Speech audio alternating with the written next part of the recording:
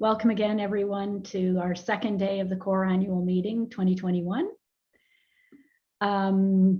Just briefly, you've seen these before if you attended the other sessions. Some housekeeping notes. You can use the closed captioning in English. If you look at the toolbar there, there's an icon that allows you to use the closed captioning if that's helpful for you. We will periodically stop for questions. So if you have questions or comments, we welcome them very much. Please either put them in the chat or raise your hand and we'll stop and let you ask your question verbally. Please stay muted unless you're talking, just to avoid background noise for the other speakers. And you've already noticed that the session is being recorded, and that's because there's a lot of our members who are in different time zones, so we want to make sure they're able to have access to these sessions as well.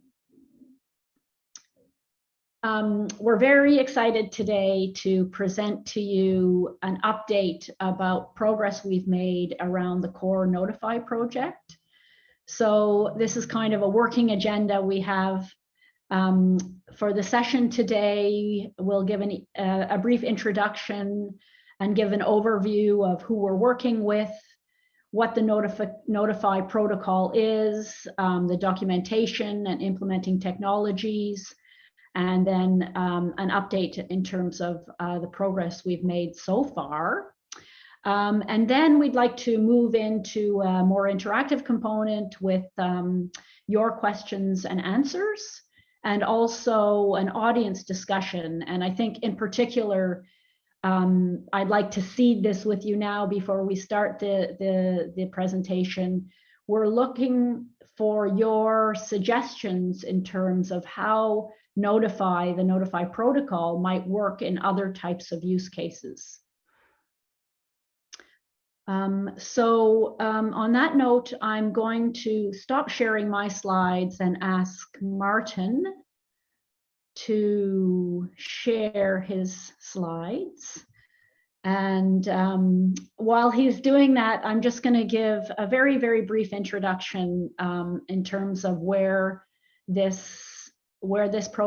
how this project evolved. And most of you know that we launched the COAR Next Generation Repository initiative in 2016. And that initiative really was to look at what are the new technologies that we need repositories to be using to kind of have them engage in the technological environment of the 21st century. And those technologies were based on a number of use cases that we identified, that the community worked on, and then the behaviors which would be needed by repositories as a collective to support those use cases. And one of the really important and I think priority use cases that came out of the Next Generation Repository discussion was connecting repository resources with peer reviews.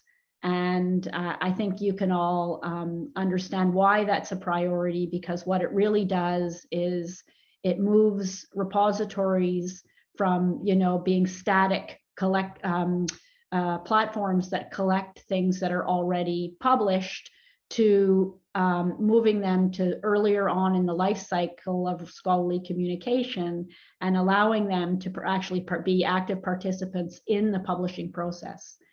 And I think the timing for this now is very good in a way because of COVID-19 and the real increase we've seen in the research community in terms of sharing preprints in preprint servers.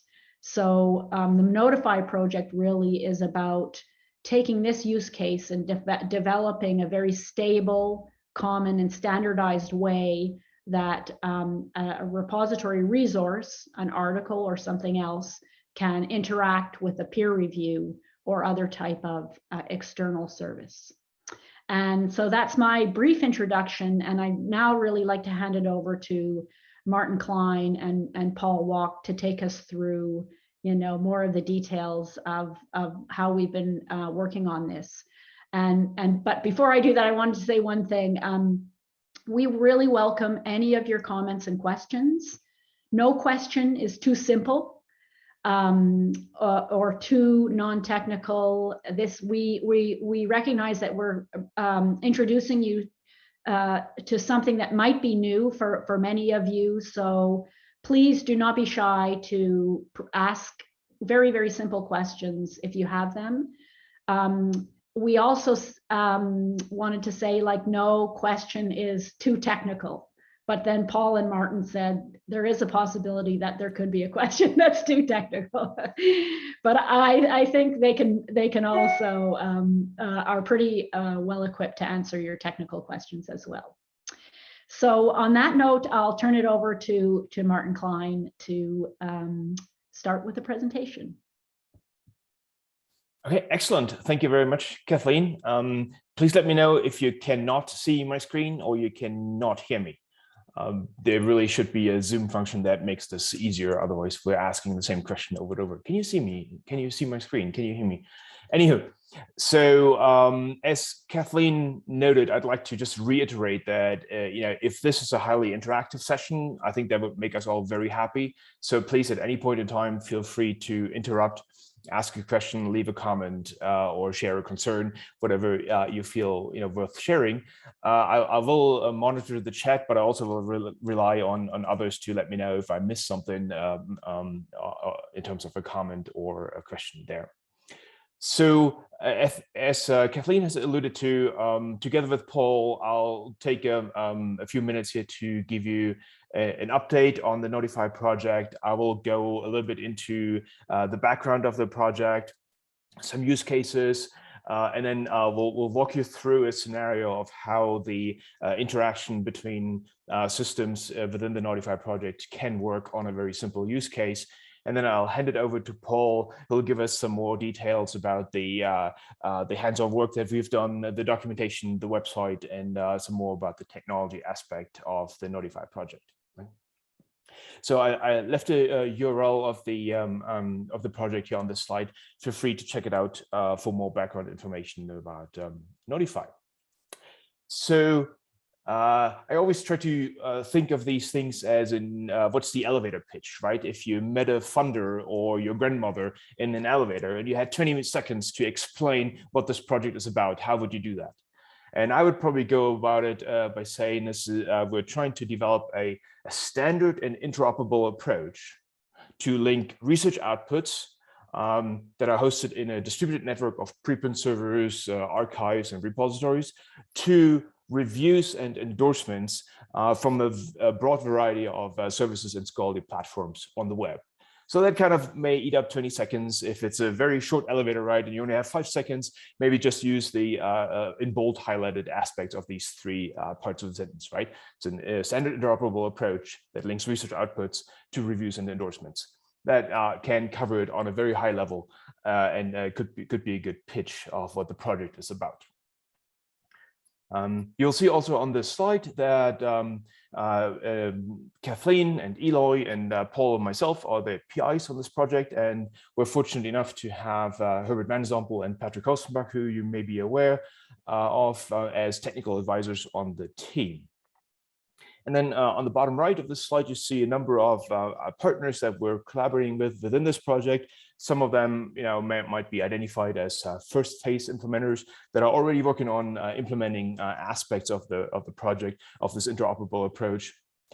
Some of these partners have indicated, well, we're very interested in this project, but due to maybe conflicting priorities or resources, we're not quite there yet, but we'll get to the implementation of the project maybe at the beginning of next calendar year or very soon.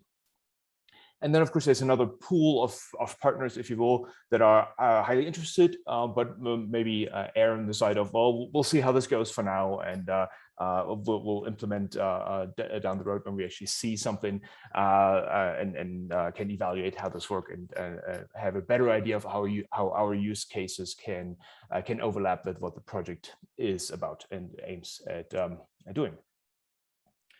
So on a fairly high level, some more details about the project. Specifically, maybe in terms of the model, what we're trying to implement and utilize. And there, I think it's really important to convey that we're utilizing broadly adopted standard web protocols, right? Namely linked data notifications, which is a W3C standard to send notifications back and forth between entities. And we're using activity streams too to define the payload of these notifications. So what is actually within a message that is being sent between entities. If you're not familiar with these technologies, don't worry, it's not a big deal. Just to convey the point that those are standardized, adopted technologies. So we're not inventing anything new here that would then face a higher barrier of adoption again. I think it's also important to note that the model underlying the Notify project is completely platform and service agnostic. So it doesn't matter, whether you have a blue repository or a red preprint server trying to communicate with a checkered peer review service or a striped service of some other sorts. It doesn't matter. All these entities live on the web. So HTTP as the protocol is the common denominator that these entities can use to communicate with another, right? Based on linked data notifications, which again is a protocol designed for the web and on the web. Thirdly, I think it's important to note that we're really building on a distributed network of entities that are communicating within our model. So content providers, peer review services that are maybe geographically completely disjoint, that are financially independent, that are geographically, I mentioned that there may be different organizations and under different policy constraints. So these entities and players in a very distributed network is the environment that we see Notify thrive in.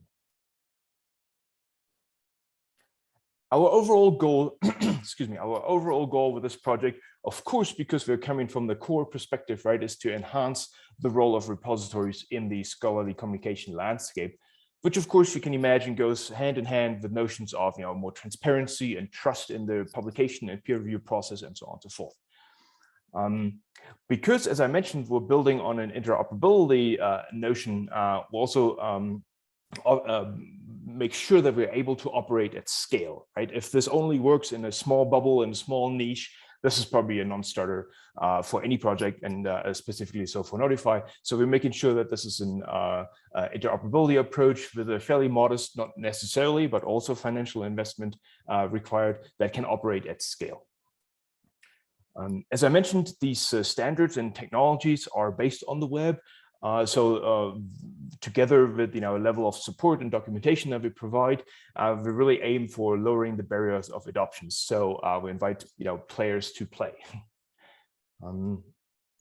Also, along with the distributed notion of the network comes an increased level of sustainability that we can achieve, because we're not, and we're emphasizing this, we're not dependent on a central global player that aggregates everything to be alive and to be available and have an API and have a rate limiting that works and so on and so forth in place, right? So we're not relying on a large centralized aggregating entity in our network. While we have defined a number of use cases that are currently in scope, and I'll get to that in a second, we also make sure that the Notify protocol and concept in general is able to support many other use cases that we currently most likely not even are able to foresee, right? And that's also where we're very interested in your feedback of what other scenarios and use cases we could support with this sort of technology. But we do make sure that we keep an open mind, and we also make sure that the technology is able to support other use cases that we may encounter, and that we get feedback from the community. So I alluded to the use cases that we have currently, reasonably so, I think, defined as in scope for this stage of this project. However, there surely are other use cases down the road that we would consider in scope. Right now, there are basically 3 use cases that we consider as first level scenarios that we would like to support. The first one is a very simple one, where, as Kathleen also alluded to, we're supporting the notion of a peer review of an repository-based resource. So a very simple scenario: you have a preprint hosted on a preprint server, and you have a peer review that you would like to conduct on that preprint, maybe hosted somewhere else.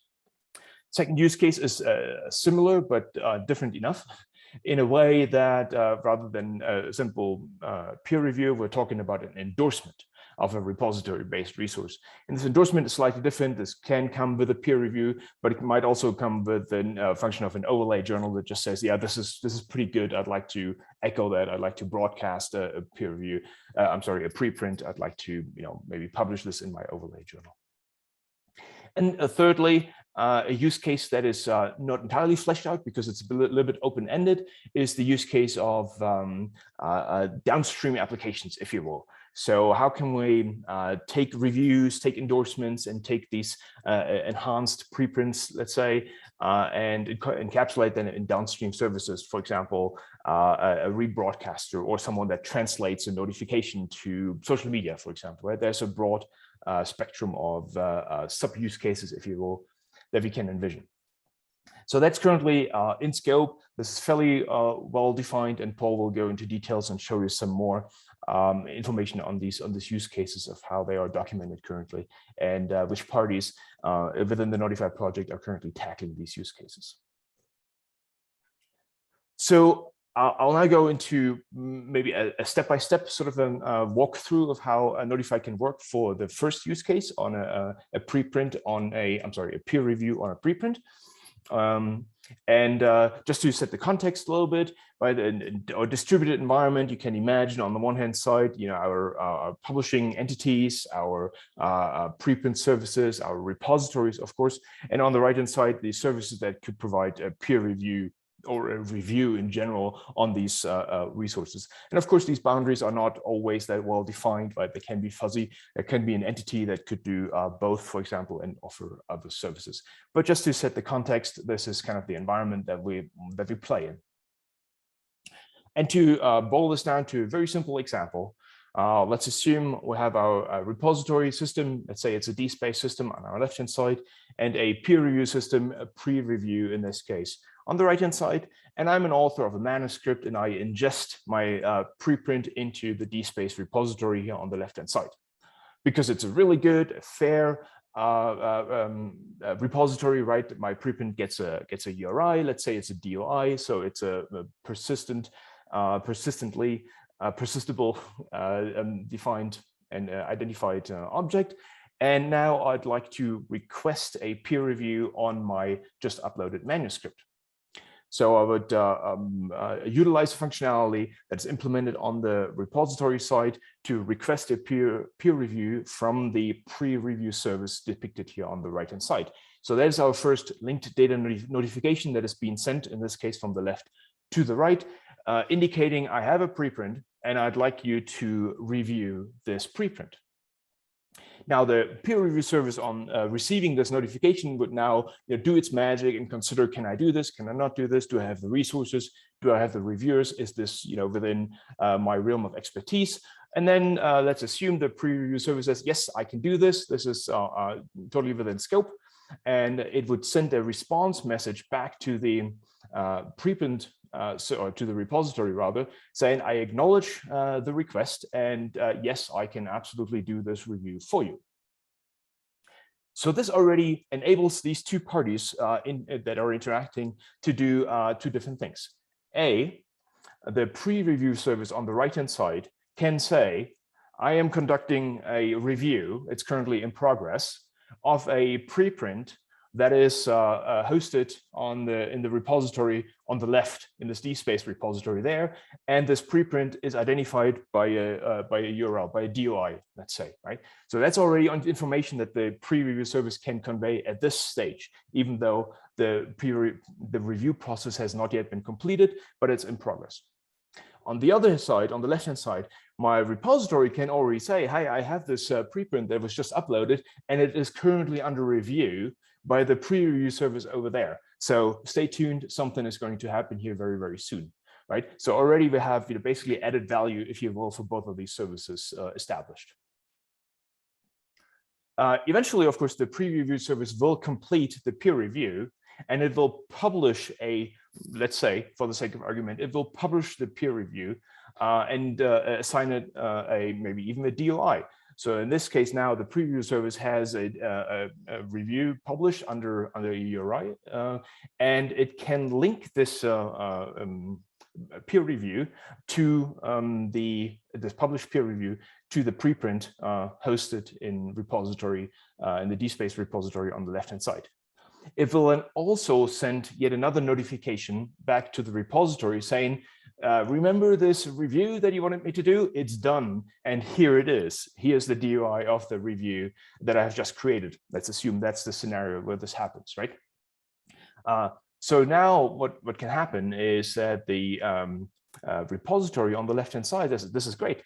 Now I can publish a link from my within my, let's say, landing page that shows me the preprint. I can also say that this preprint has indeed been peer reviewed, and I can even provide a link to the peer review that is hosted on the right-hand side in the pre-review service, right? So now what we really have established is bidirectional linking between these otherwise distinct entities that are hosted in systems, let's say, that are completely independent of another, right? So we're sending messages back and forth to communicate. There's a request, there's an acknowledgement of the request, there's an announcement of the completion of the peer review that conveys the peer review is available. There's a URI to the peer review, and now we can establish this bidirectional linking between the preprint and the peer review on these individual systems. So I hope that made sense. And maybe before I'll hand it over to Paul, we'll check briefly in with you to see whether there are any questions on this aspect of the presentation this morning. Well, this morning my time, anyways. Let me briefly check whether there's something that came up in the chat. Or please, as Kathleen mentioned, also please speak up if there are any questions that you'd like to share. I don't see anything in the chat, and no hands up at the moment. Okay, excellent. Right, so with that, I think I'll stop sharing my screen and hand it over to Paul, who will give you some more details and information about the technical side of things, and also the status of the project, the state of the art in terms of who is implementing what for which use case. Thank you, Martin. Right, I shall share my screen.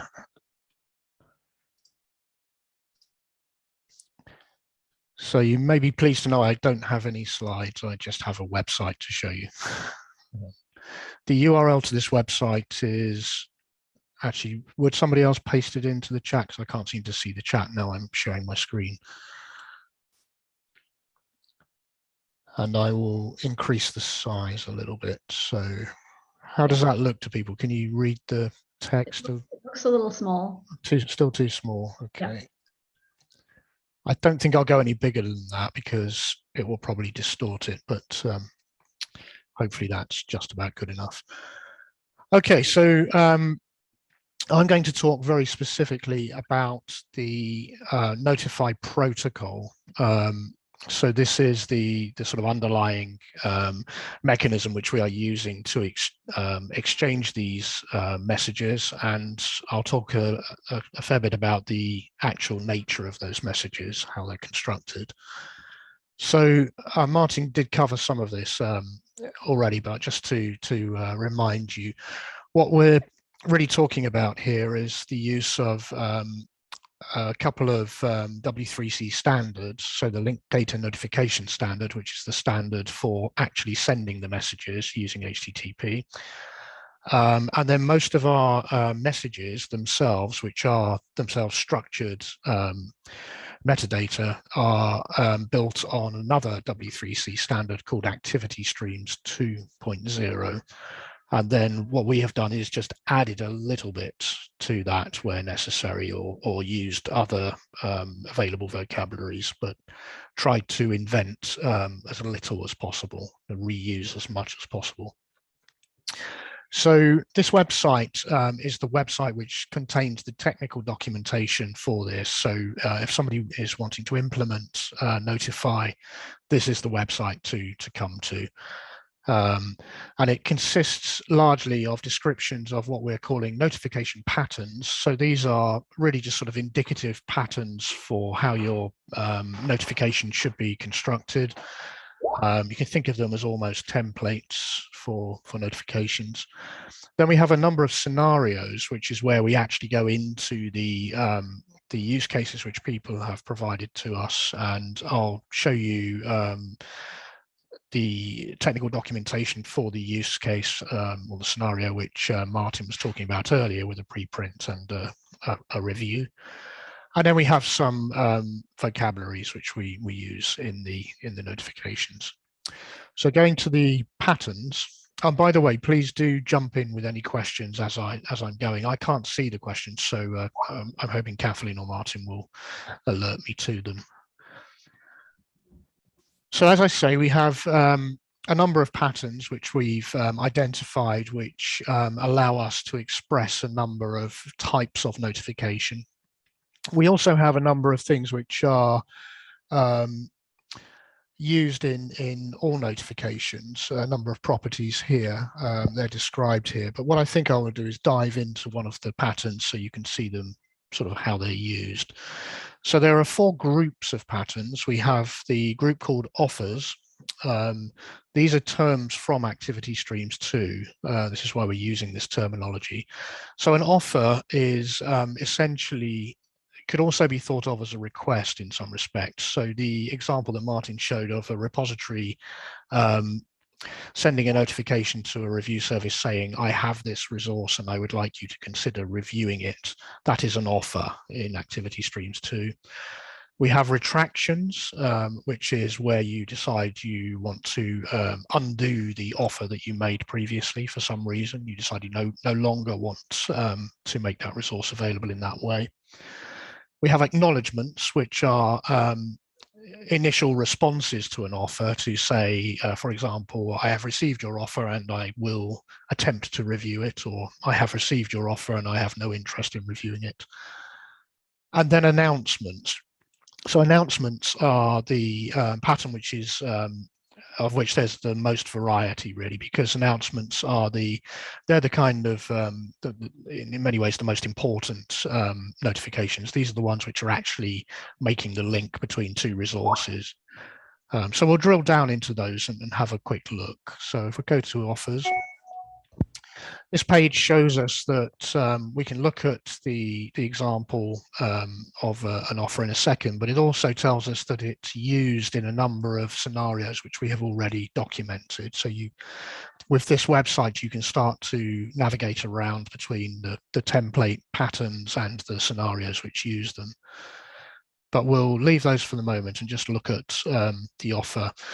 So this web page follows a similar arrangement to all of the pages which document a particular notification or a particular pattern of notification in this case. They have the description of the properties on the left, and then the example of the actual notification in structured machine readable language. This format is called JSON LD. It's an expression of RDF, if you're interested in that kind of thing. And also just a note to say there's a small link at the top of each of these which you can click on just to get the raw machine readable content if you're a developer who's interested in doing something with that.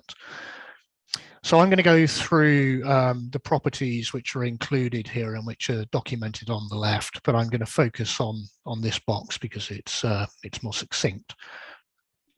So every notification in the Notify protocol will have a context. If you're familiar with XML, then the context is similar to the declaration of the namespace for the payload.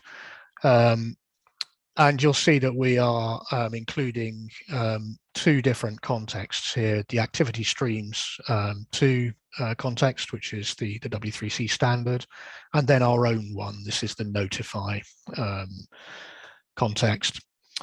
So below this, we have the actor. So the actor is the person or organization or system or whoever it is or whatever it is that is responsible for this activity being initiated. So every Notify payload describes what we call an activity. An activity is an offer or an announcement or a retraction. And the actor is the party that is responsible for that. So in this example, we have this made up person called Josiah Carberry, and that is the person who is has initiated this offer or triggered it in some way. We have an ID. This is the ID for this notification for the activity. All IDs must be URIs. This is a condition of the standard.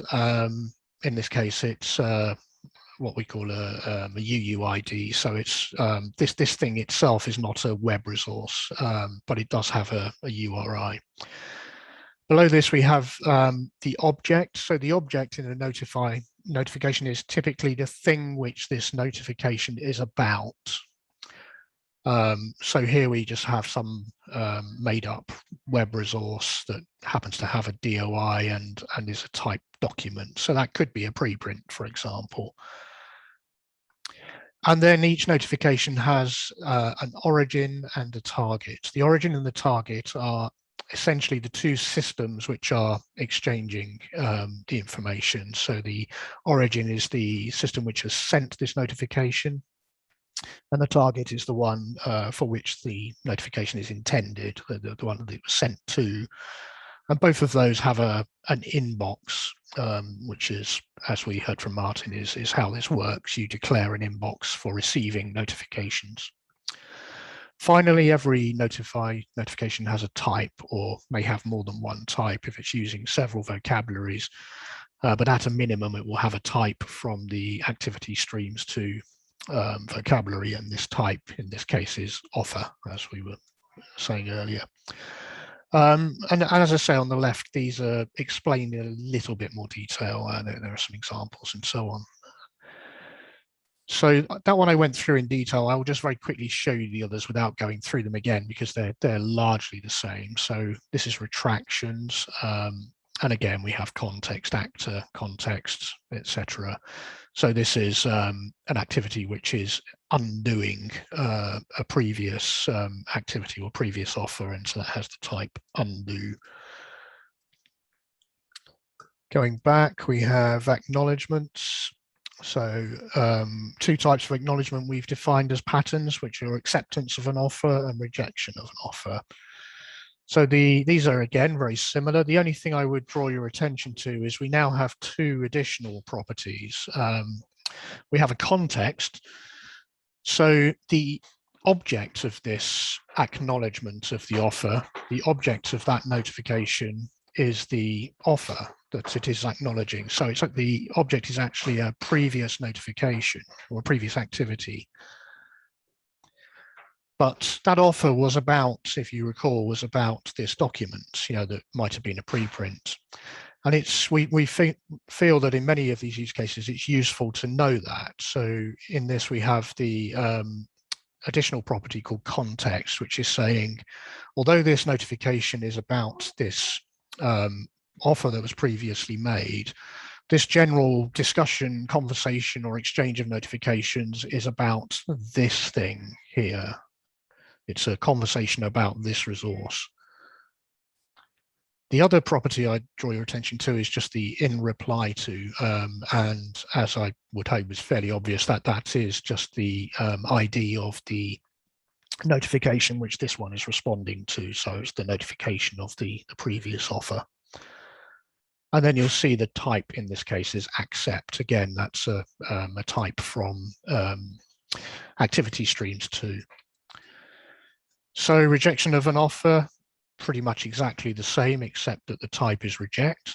So again, you can, when a system receives this notification, it can learn that this is a rejection of something. The something that it's rejecting will be identified in the object property. If you're curious to know what this is all about, then it's about this document or preprint that was referenced in the context. In this case, the actor isn't a person. This is the service that's sending the acknowledgement, the rejection. So the actor in this case is the service, and so on. And the rest is essentially the same. And then the final type of pattern is announcement. And as I said earlier, this is the pattern which is used most frequently in our scenarios, because it's the one which is saying there is now a review, for example, that refers to this repository preprint over here, and it's allowing those two things to become linked.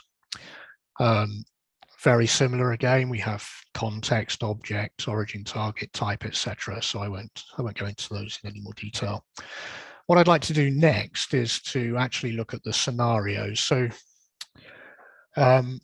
we have a number of initial partners in this work who have contributed a number of scenarios, and Martin already outlined the general domains for those. So they are generally in one of three sort of general areas of review or endorsements, or we have one or two which are about what we call downstream aggregation services linking to those.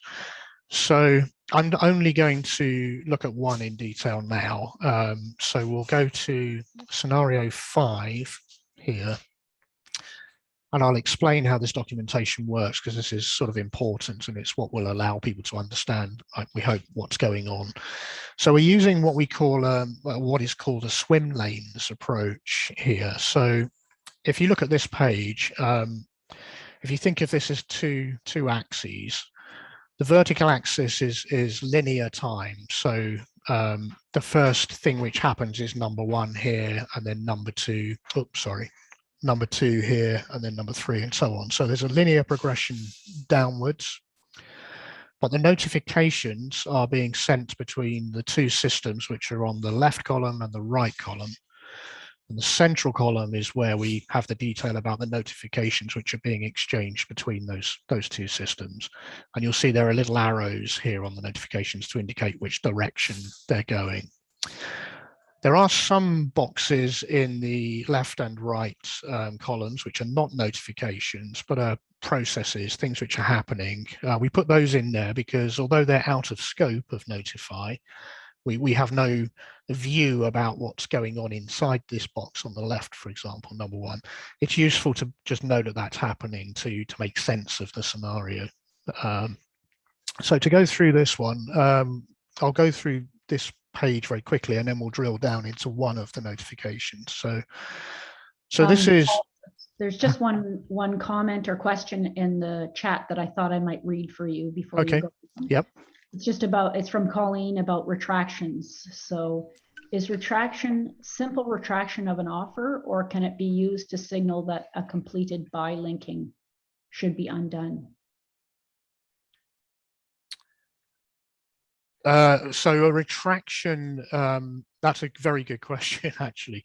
A retraction, I think, can be applied to any activity. So a retraction could be applied to an announcement that a link has been made, for example. The problem we would have is the semantics, really, because what that means in strict terms is I'm simply retracting the announcement I made about this thing, rather than I'm performing some operation to remove it and tell you that I'm removing it. So I think if that becomes a requirement, a use case, then rather than using retraction, probably what we would need to do is define a new announcement, which is an announcement of something having been removed or or embargoed or whatever it is. So that wouldn't be a retraction of something that's happened before. It would be essentially a new announcement of a new activity, a new operation. I hope that makes sense. Sorry, I can't see anybody, so.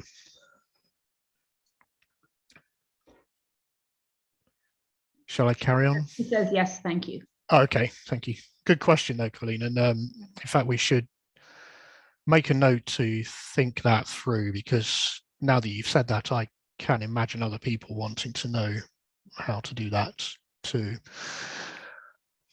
Okay, so I'm just going to run through the scenario very quickly, and then we'll drill down into one of the notifications. So in this scenario, we have a repository requesting a review on behalf of a corresponding author. So the first thing that happens is the corresponding author, using some method, I mean, maybe they're emailing their repository admin, maybe they're actually clicking a button on the repository screen. All of that is for the repository to worry about, and it's out of scope of our concern. But however it happens, the corresponding author initiates a request for a review of one of their resources on the repository. And then the repository system is the system which sends the initial offer to a review service. So that's step number 2 here, request review. So that is a notification, a notify notification. And then in this scenario, the review service acknowledges acceptance. So it acknowledges that it's received the offer and says it has accepted it, which means it will attempt to undertake a review.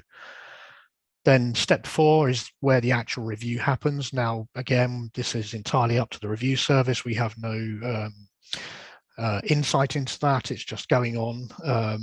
But at some point in the future, we hopefully, the review service sends a notification to the repository and says, we have conducted a review, and the review output, the resource, the web resource is here. So it sends that link back to the repository. And then step number 6, again, however the repository does this, but it might want to, for example, add a link to the review onto the splash page for that item in the repository. It might also want to inform the author who requested it in the first place. Who knows? I mean, that again is out of scope. What we're concerned with here is how these two systems send these notifications to each other in order to establish these links.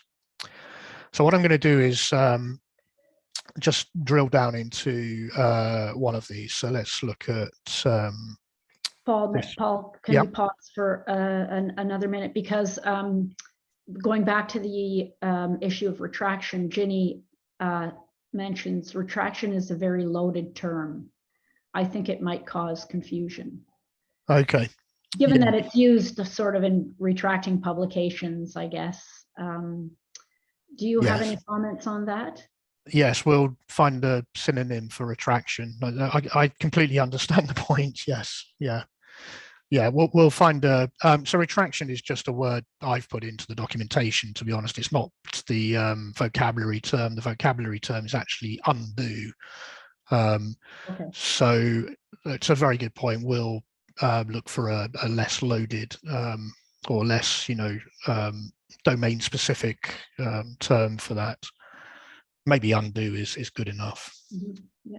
So I'm just writing down, stop using Paul, while you do that, maybe one more comment on this, because I absolutely agree, this is a loaded term and can cause confusion there.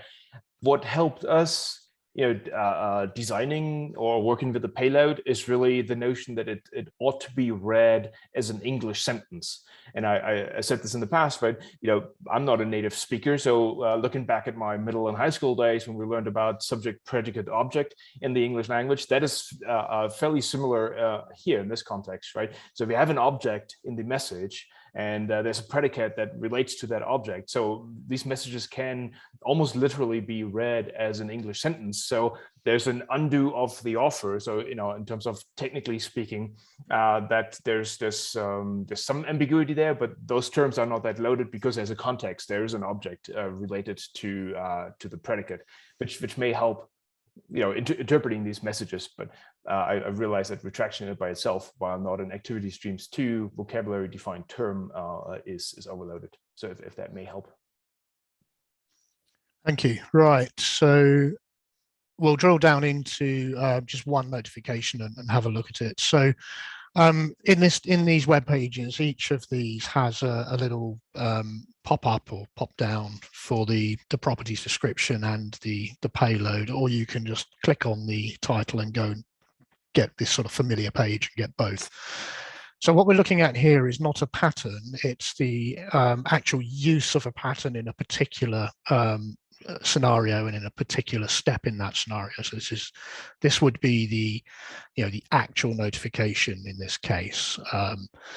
So just going through this, we have the context, which is always the same in these notifications. We have the actor, which in this case is the review service. Oh, sorry, I should say what this is doing to echo Martin's point. This is so this is where the review service notifies the repository of a new review. It's actually telling it that there is a review now. So the actor is the review service in this case. It's conceivable that the actor could be a reviewer, a person, depending on how the review service wants to express these things. The context is the original preprints which is being reviewed. And you'll see we have quite a bit more detail about that because we are able to model preprints a little bit more. So we have the ID, which is the sort of repository URL, the canonical URL in the repository, which is often a web splash page. But we also have the PIDs, which in this case is a DOI for that preprints. Preprint repositories and repositories generally are increasingly using DOIs, but that could equally be another URL or a handle or whatever. In this case, it's a DOI. We have a type which is from schema.org, so we use the schema.org vocabulary in places in this, and that's an about page. Schema.org defines an about page to be quite similar in spirit to the sort of repository splash page. Then we have the URL, and the URL is a third URL here, but this is important because this is the URL of the actual object, the paper in this case, which is being reviewed. So it's a PDF in this example, and that has a type which is PDF, sorry, a media type which is PDF, and then it has a array of types as well. And again, we've got schema.org here, scholarly article. This type article is from activity streams 2. So there's quite a bit more there in the context. It's describing, it's giving you enough metadata about the preprint to be able to unambiguously identify it, to actually fetch it if you needed to, and to know a little bit about its basic sort of metadata properties, such as its MIME type and so on. We have an ID because all notifications have an ID. We have an in reply to, because this is in reply to an original offer. So that link there is the original offer, that ID, sorry. Now we have the object. So the object in this case is the review, which has just been created. So this has URI, which is in this case, the URL to the review. It's possible that a review might be given a PID. So we have a site as URI. That could just be another URI, but it's essentially indicating if you're going to cite this review, then this is the URI to use. And then it has, again, a type, which is document, and schema.org type, which is review. And then the origin, well, the origin is the review service. The target is the repository. And the type of this notification is an announce from the activity streams 2 vocabulary.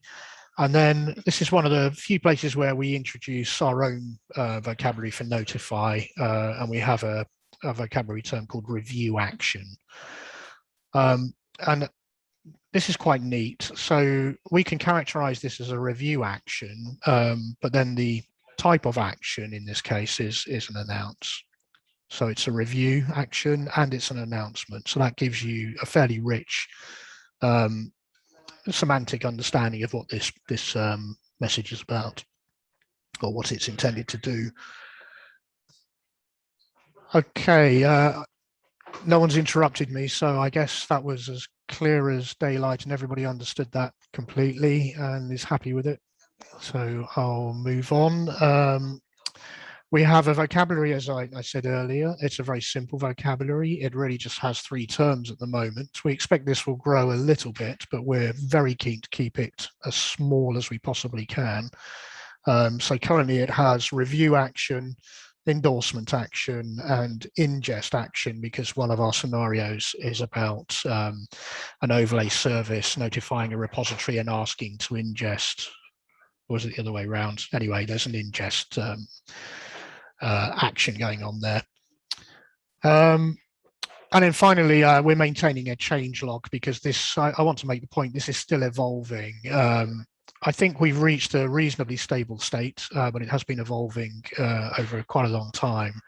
And there are still tweaks being made to it. So we're recording these very carefully here. So we are eating into our time, so I'm not going to say any more about this. I'm just going to give a very brief update on implementation, and I'm just going to do this verbally. So I'm going to stop the share there and just say that we have 2 implementation projects which are in different states of development. The first is peer community in France. They have actually just deployed their first prototype that implements Notify, and I had a look at it this morning, actually, very briefly, and that's really exciting. So we actually have some running code now, which is always an important first step. The French National Repository System, HAL, and Epicence are working with PCI to figure out how to do notifications between these systems. That's not quite so advanced, but that is happening now, so that's very good. And we have a completely separate development effort going on where the Portuguese National Repository Network, and Eloy, I think, is probably on this call somewhere, have contracted Science to develop the basic Notify functionality for the DSpace platform, so that the DSpace platform will have the sort of foundational technology that would enable it to start to participate in Notify notifications. So it's implementing the inbox and the sending mechanism and so on. I'm not sure if that's quite started yet. I think it's just about to start that development. So that's where we've got to in terms of development. Martin, have I missed anything there, do you think? No, I think you covered it all. Okay. That's great. Thanks, Paul. Yeah, so there's a couple of comments here in the chat. Okay. One is about from Lotaro about another use case, which I'll just defer that for a few minutes, because the second one is from Dries, asking what would be the expectations for receiving systems? Does the core vocabulary also specify what should be implemented after receiving a message of a certain core type? So I think the easy answer to that, although there are nuances to this, but the simple answer is no. Really, what we're very focused on with this project is to create a mechanism which allows repositories to integrate in a very distributed and asynchronous way with network services. And so the underlying approach is asynchronous messaging, and really the point of that is that to a large extent, this is a stateless system. So you send a notification, you have no guarantee that anything is going to happen after you've sent that notification. That you cannot assume anything at all about what's going to happen on the other end, except that you might get a reply, a notification back that references that notification. So that's it. And so we make no assumptions about what will be implemented within those systems. So that's the simple answer, and that's a kind of a somewhat, you might almost say that's a formal answer about this project. However, we are obviously interested in understanding what might happen, because that allows us to make we may learn things which allow us to improve the actual protocol and the payloads and so on. So having an understanding about what might be happening on the other end and sharing that with others in the community and allowing people to more quickly find those kinds of conventional ways of using Notify is a really important consideration. So I hope that was not too much of a cop-out answer.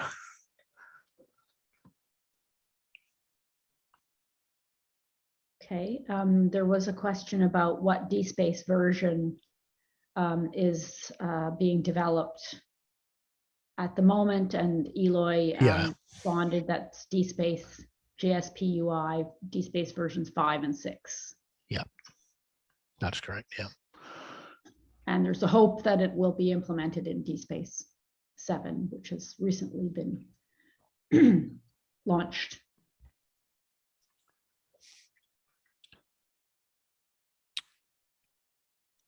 Okay, so we have we have about 35 minutes left, I think. And we have prepared some discussion ideas, which I think Martin's about to, thank you, about to present on the screen there.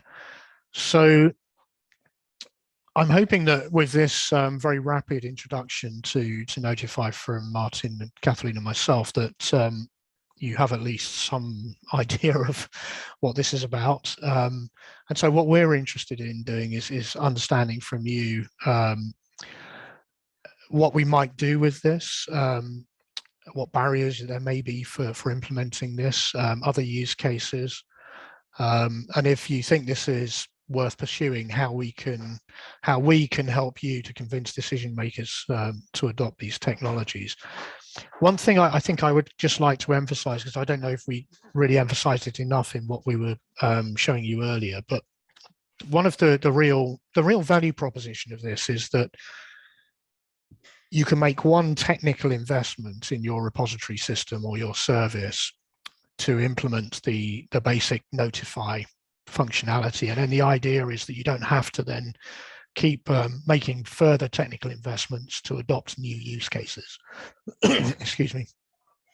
That this will be a very efficient way of being able to participate in a number of use cases in future, because you already have the Notify technology built in. So that's part of the value proposition to make to whoever might be in charge of deciding whether or not to implement this in your local service. But obviously we need to show evidence of some adoption to really make that point clear. So we have a slight chicken and egg situation. We need some pioneers like PCI and Epicence and HAL, and hopefully others. So the first question here is, how do you imagine this rolling out? What sort of opportunities do you see for this? What other use cases? So there was a use case mentioned by Robin earlier about systems, data repositories alerting publication repositories. I think that a new data set has become available which is related to that publication. So the publication starts to build up a list of related data sets. Colleen, you have a hand up. Yeah, so I actually just wanted to comment that we're currently, so at Harvard Library, we have our institutional repository, And we also have our own data repositories at Dataverse, Harvard instance. And right now we're exploring using the LDN underlying protocol to actually facilitate cross-linking between these two repositories so that Dash, the institutional repository, has the research output, but Dataverse has the underlying data. And it would be much easier, and that's what we're exploring as sort of a proof of concept ourselves, to facilitate the requests back and forth for actually linking to each other in the metadata record so that we don't have to use email and other unwieldy tools to get the job done as efficiently as possible. So I thought I would just share that that's what we're up to, and it seems like that would be an additional sort of useful use case to point to.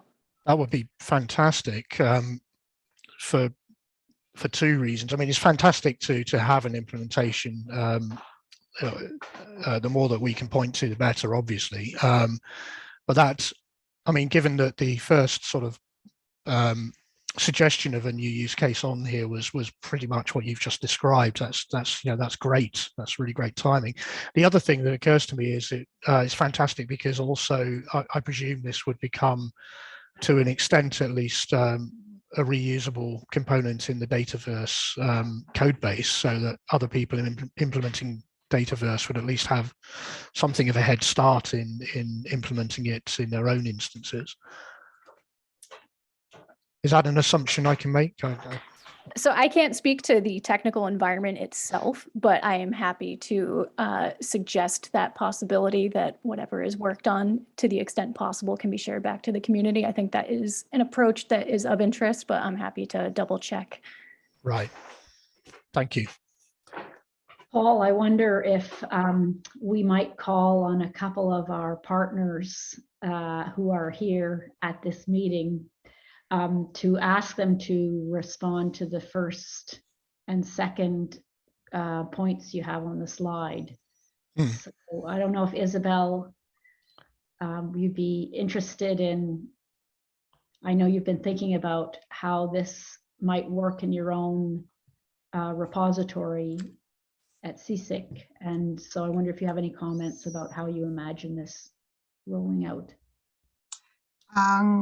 Yes, I mean, the idea is that this development that is going to start now for this space is going to be later on enhanced to be adopted in this space, GRIS repositories.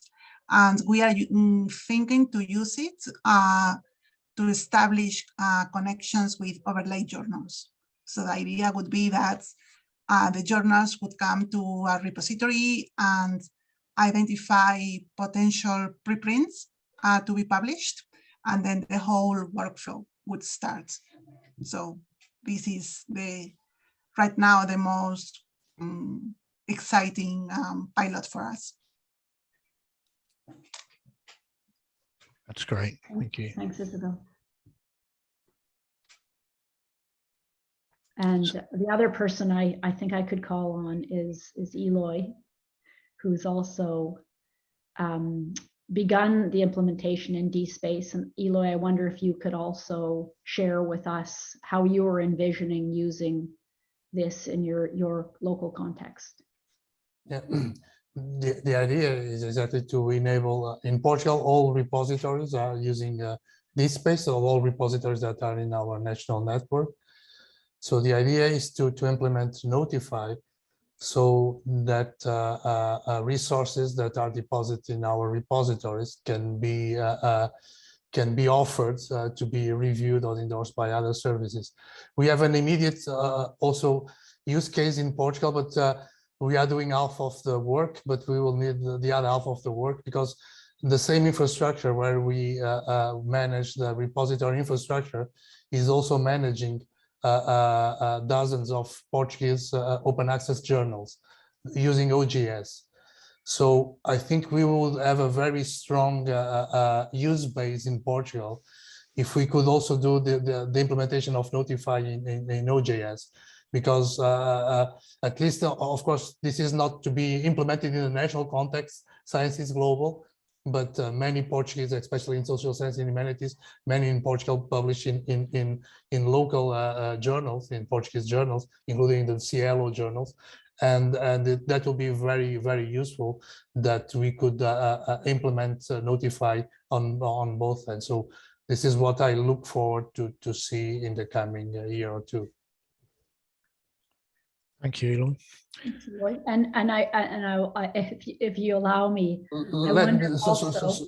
Sorry, Kathleen, and just by the way, just adding that we are also very interested on the use case that was just presented also for Harvard, because now in Minho, for instance, we have a DSpace repository for publications, and we have a Dataverse repository for data, and we are now manually curating the linking data set with publications, and of course this will be a fantastic use case to be able to do it also with the Notify project.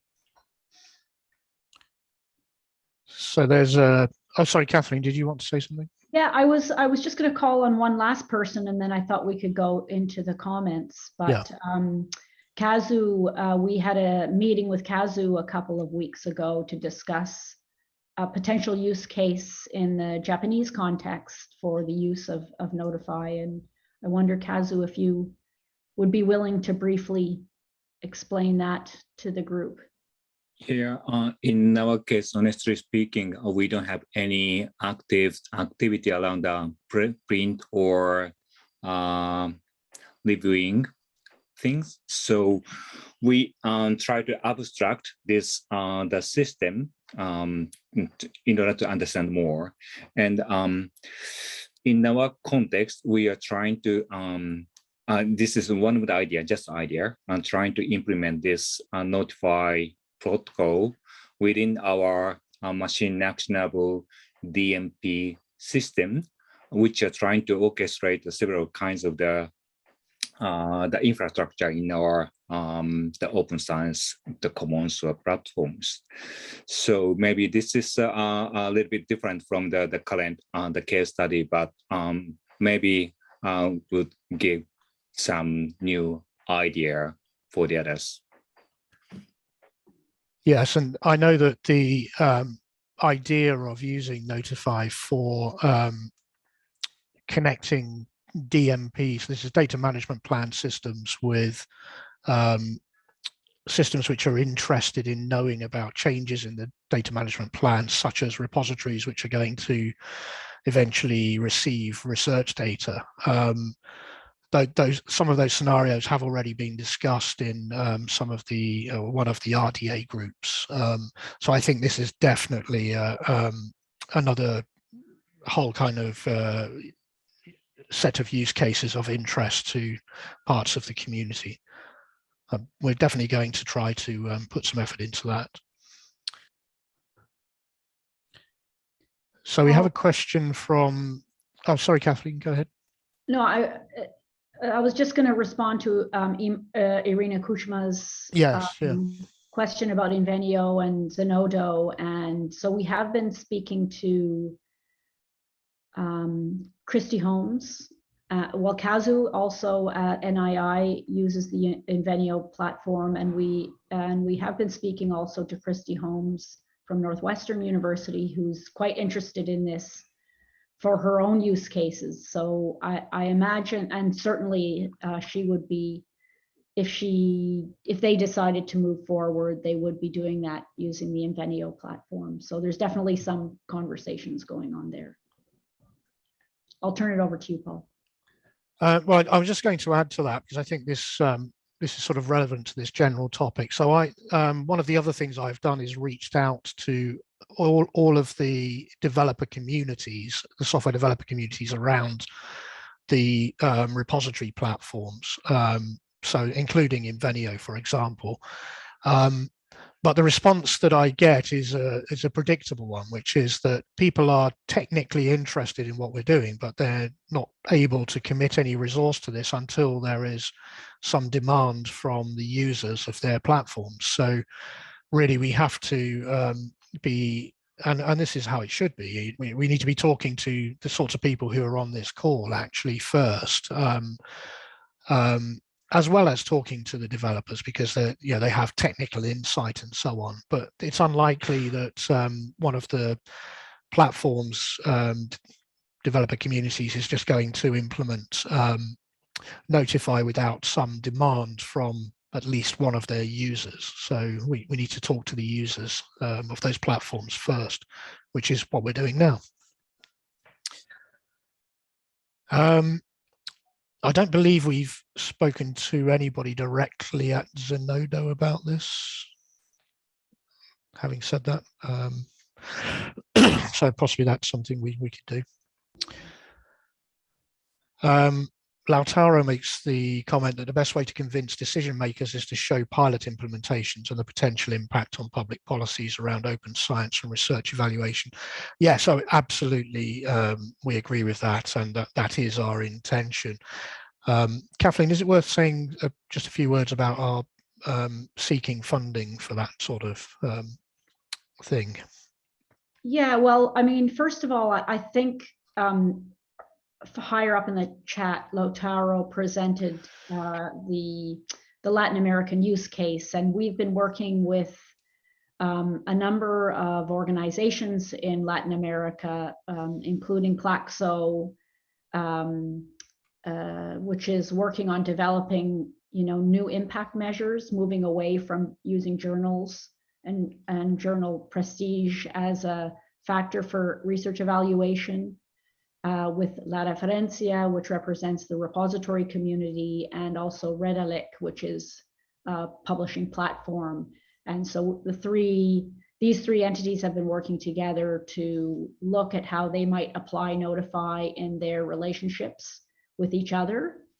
And one of that specific use cases there is that the CRIS, Current Research and Information Systems, could communicate directly with repositories or with research platforms to provide users with a level of confidence that this article has been, evaluated by the CRIS, and things like that. So they're trying to look at this in a holistic way as they try to evolve and update the way they're evaluating research. So it's a very exciting use case. And we, as Paul mentioned, we are looking for external funding to try to help advance some of these efforts. So at the moment, all of this is self-funded. COAR is paying a small amount of money for Paul to, move this forward at the technical level. And then all of our partners are self-funded, but we would get a big boost in terms of our ability to progress this if we had some external funding. So we're hoping, in 2022 we might have some good news about that. So I'm cautiously optimistic. Good, thank you. And there's a comment from Colleen. As far as potential challenges, journal publishing goes best when you have a journal management system to help with the workflow. Yes. Do you envisage a way that linked data notifications and journal management systems can work together? I saw Janeway as interested partner, but I ask in general. So yes, we do. And it's probably fairly apparent that we have at the moment, a number of repository systems platforms and repository owners interested in actually participating in this project, and rather fewer services and publishing platforms and so on. So that's where we need to focus some of our effort now, is to actually get some of those publishing platforms and services interested in working with us. Excuse me. There are some very early conversations going on with Janeway. I don't think I can say much about that. It's very preliminary, but nonetheless quite interesting. PKP were present in the early meetings around Notify and helped us to shape this. And OJS is clearly a system which is of interest. There are also non-traditional publishing platforms, or non-traditional academic publishing platforms, which are nonetheless quite important potentially. So we know of at least one person who's been involved in the project, actually, who's interested in building an overlay journal using WordPress. And so building Notify functionality into WordPress could be quite far-reaching, potentially. But yes, the answer to your question, Colleen, is yes, absolutely. And that might be an area which we would put at the moment under challenge in our project. It's not so easy for us. Naturally, we find it in this community, find it quite easy to engage with repository systems and people because they're part of the community. Publishers, sort of an adjacent community, so we're having to reach out into that community too. Kathleen, do you want to add anything to that? Did I cover that? Yeah, and I guess, to be honest, this is a little bit of a challenge to the traditional publishing model. So most publishers are,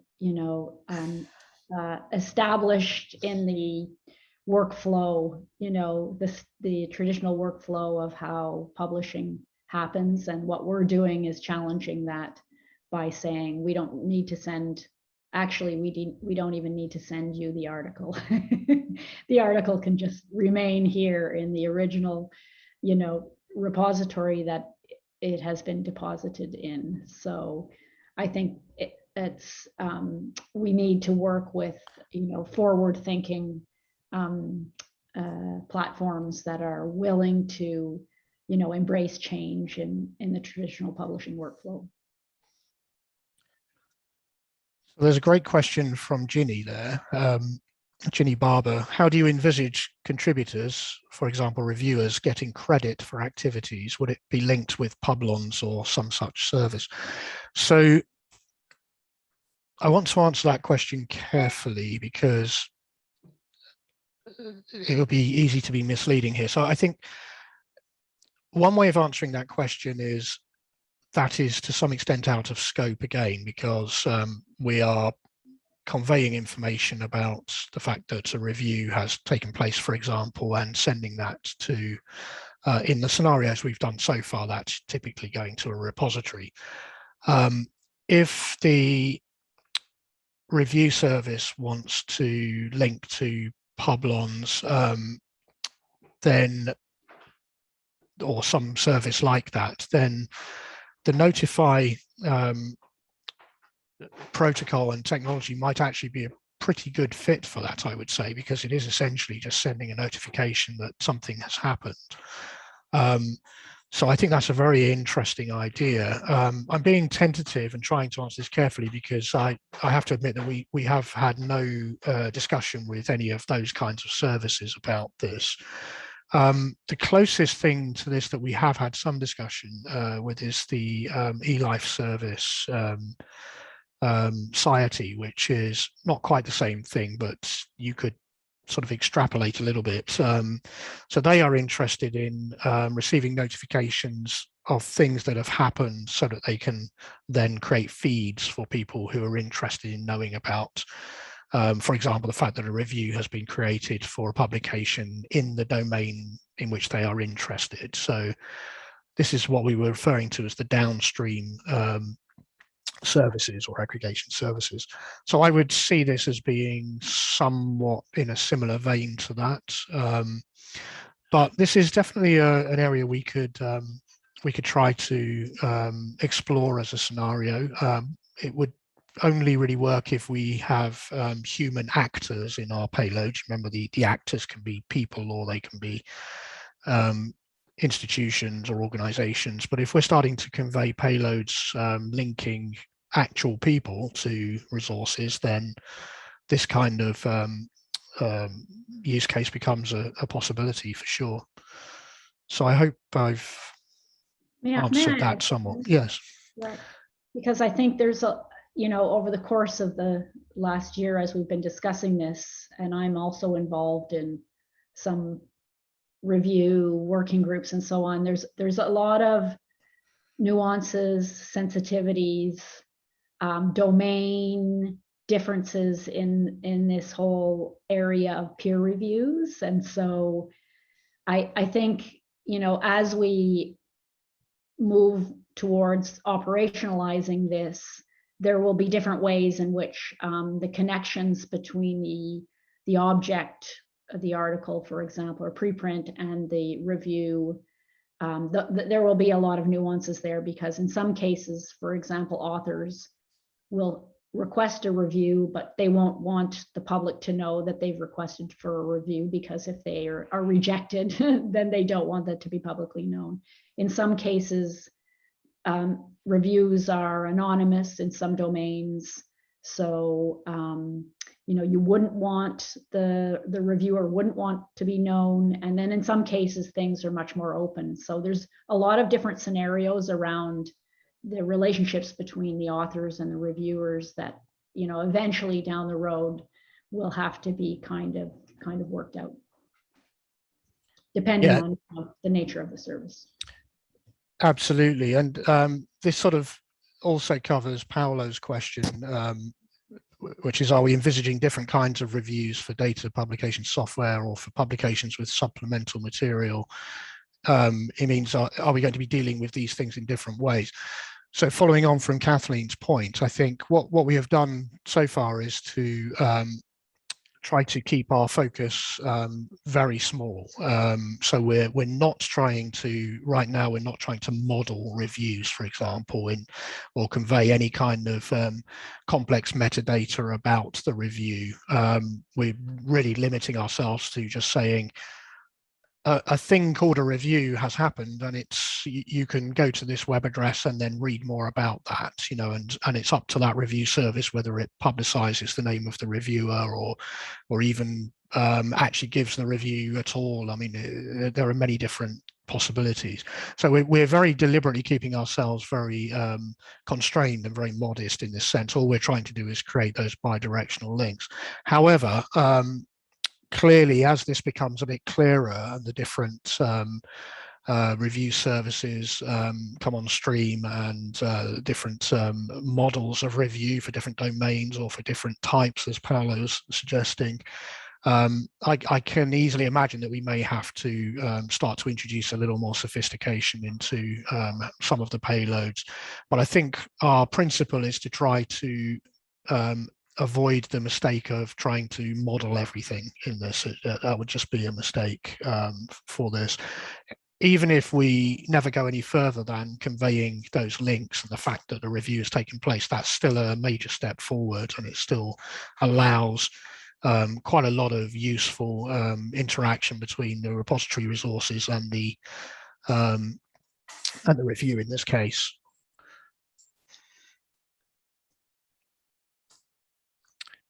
So there's a question from Masaharu, who says, is there a demo system that developers can try to understand how this works? So yes and no. We have, well, Martin, perhaps you could introduce the Los Alamos one, which is probably the best example of a demo that we have at the moment. But we also have, PCI have just made a kind of a dummy copy of their system available, which where you can go and you can see some of this happening around endorsements. So that's quite useful. But Martin's team have got the thing where you can actually see a little bit of a demonstration of some of these principles. So do you want to just quickly talk about that, Martin? Yeah, absolutely. And I'm happy to share the corresponding addresses and URLs of those services offline. But basically what we try to do is pilot an implementation that is based on linked data notifications with activity streams to payloads, and basically mimicked the interaction between a fake repository and a fake review service. So you can upload a PDF basically for the sake of simplicity, and then send the review request to the review service. You create a fake review, you would send the notification back. So just to demonstrate basically the interaction between these two services, we've done that. Along those lines, what we've also implemented is basically just a regular linked data notification inbox that does nothing else but receive your message and then echoes it back to you in a web interface that gives you as a developer an opportunity to basically get a mirror sort of a view of what did you actually send and what was received. Just a way of get confirmation that what you really intended to send is really what was received. And there's of course plenty of opportunity to enhance on this implementation by validating the payload and saying, giving you some sort of feedback. Hey, I received a type offer. Let's say, is this really what you meant to do? Or if you send this, then you expect that as a response. So there's a lot of enhancement opportunities there. We can envision some sort of a graphing out because it's all linked data and notifications, right? It's data that can be graphed out. We can showcase some connections and so on and so forth.